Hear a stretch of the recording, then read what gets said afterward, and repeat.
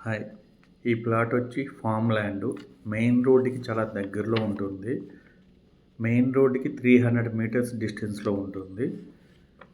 ఈ main road 200 feet sanction అయింది.